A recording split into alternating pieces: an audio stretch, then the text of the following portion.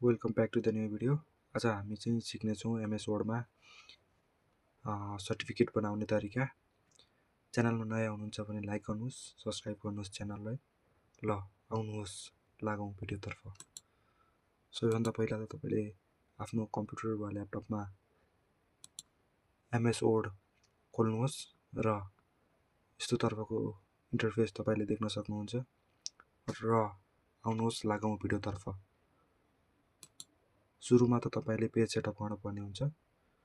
तपाईँले मार्जिनलाई नेरो भइसकेको छ, देख्न सक्नुहुन्छ यस्तो प्रकारको भइसकेको छ पेपर। र अब पेपरले चाहिँ ल्यान्डस्केप बनाउनु पर्दछ, किनभने सर्टिफिकेटहरू धेरै जसो ल्यान्डस्केपमा हुन्छ। र चाहिँ पेपरको साइज चाहिँ A4 राख्नुपर्नेछ। देख्न सक्नुहुन्छ यस्तो खालको पेपर तपाईँले देख्न सक्नुहुन्छ, यस्तो खालको पेपर देख्न सक्नुहुन्छ। राम्रोसँग देखिरहेको छ होला तपाईँहरूलाई। र अब लागौँ हामीतर्फ भिडियोतर्फ। सबभन्दा सुरुमा त तपाईँले यो टेक्स्ट लेयर यहाँ राख्न सक्नुहुन्छ। तपाईँले अरू पनि प्रयोग गर्न सक्नुहुन्छ। र मैले चाहिँ यहाँ चाहिँ सर्टिफिकेटको पहिले लेखेर राखिसकेको छु।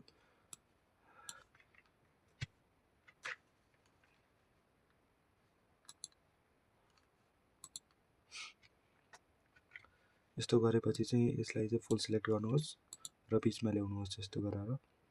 किन भन्दा यो चाहिँ अलि फन्टको साइज पनि बढाउनु पर्ने छ। यसको फन्टको साइज तपाईँले यहाँबाट एडजस्टमेन्ट गर्न सक्नुहुन्छ। र यो अहिले केही काम भएन, माफ गरिदिनु होला।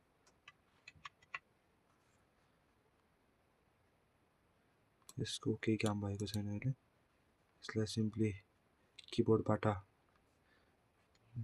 डिलिट भएन भने कट पनि गरिदिन सक्नुहुन्छ। र अब हामी दोस्रो लाइनमा आइसकेका छौँ। दोस्रो लाइनमा हामीले चाहिँ सर्टिफिकेटको नाम लेख्नुपर्ने हुन्छ। एकाडेमीको नाम लेखिसकेपछि चाहिँ तपाईँहरूले चाहिँ एकाडेमीको नाम लेख्नुपर्ने हुन्छ। एकाडेमीको नाम लेखौँ, यसलाई बिचमा गरौँ। यहाँबाट यसरी फुल सिलेक्ट गर्नुहोस् र बिचमा ल्याउनुहोस् र यसको फन्टको साइज बढाइदिनुहोस्। यसरी बढाउन सक्नुहुन्छ। र यहाँबाट चाहिँ तपाईँले अरू स्टाइलमा पनि गर्न सक्नुहुन्छ। अहिले म यो राख्छु, यो राम्रो लाग्यो मलाई।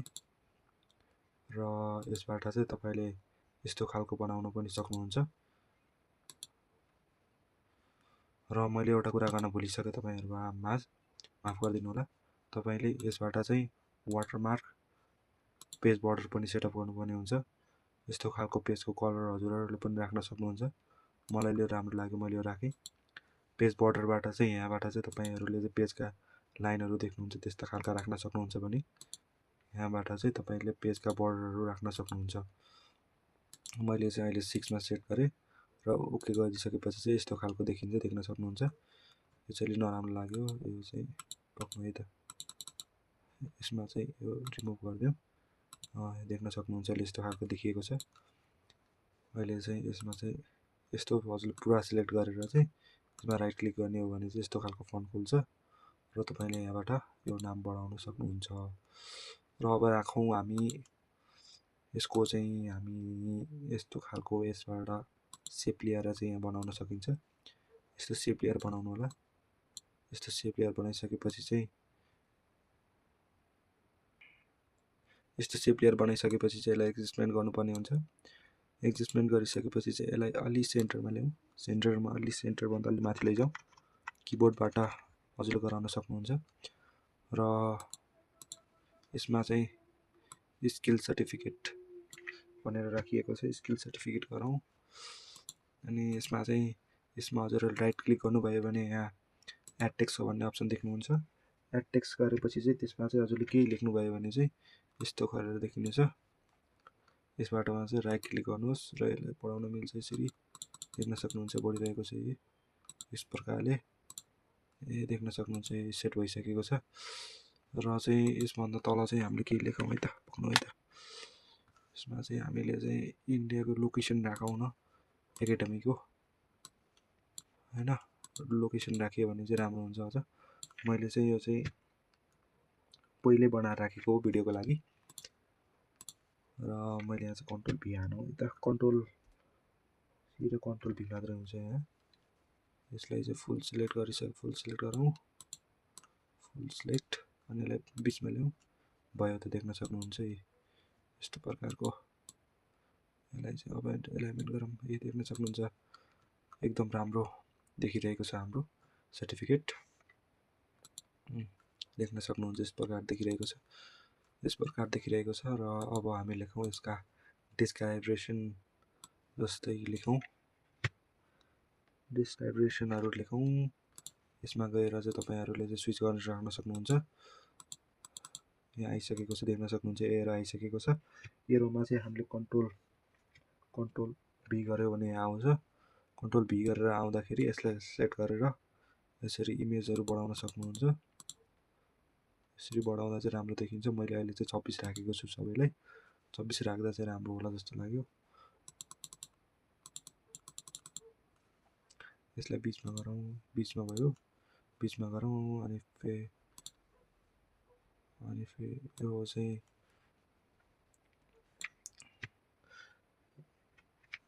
चाहिँ हजुरहरूले त्यसै सर्टिफिकेट हजुरहरूले मन चाहेको लेख्न सक्नुहुन्छ हजुरहरूले चाहिँ सर्टिफिकेटमा चाहिँ यस प्रकारले बनाउनु भयो भने चाहिँ अति नै आकर्षक र अरू पनि भिडियोमा छन् युट्युबमा तर यो भने अलिकति राम्रो तरिकाले हजुरलाई बुझाउने तरिकाले बनाइएको भिडियो हो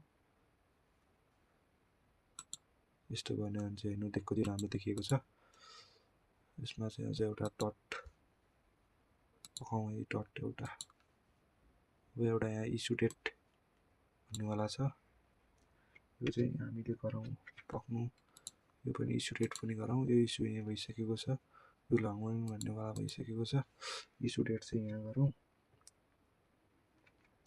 इस्यु डेट चाहिँ देख्न सक्नुहुन्छ इस्यु डेट यस प्रकार देखिरहेको छ इस्यु डेटलाई पनि अलिकति बढाइदिएर 26 गराइदिउँ ल देख्न सक्नुहुन्छ इस्यु डेट पनि भइसकेको छ र यसमा र अब चाहिँ हामीले चाहिँ यहाँबाट चाहिँ टेक्स्ट लिएर चाहिँ यस प्रकारले हामी बनाउन सक्छौँ एउटा माफ गरिदिनु होला पक्नु है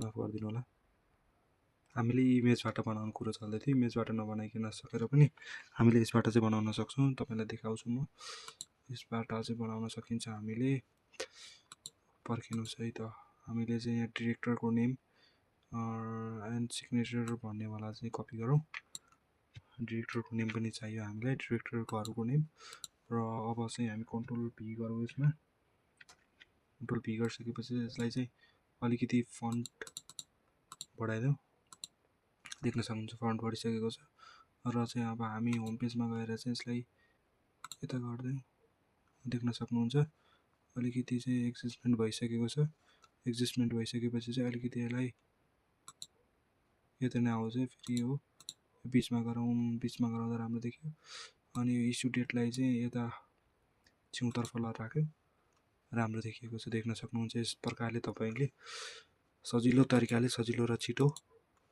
यस प्रकारले सर्टिफिकेटहरू बनाउन सक्नुहुन्छ यस्तै एजुकेसनल कन्टेन्टका लागि लर्न एन्ड थिङ्कलाई युट्युब च्यानललाई सब्सक्राइब गर्नुहोस् धन्यवाद बाँकी अर्को भिडियोमा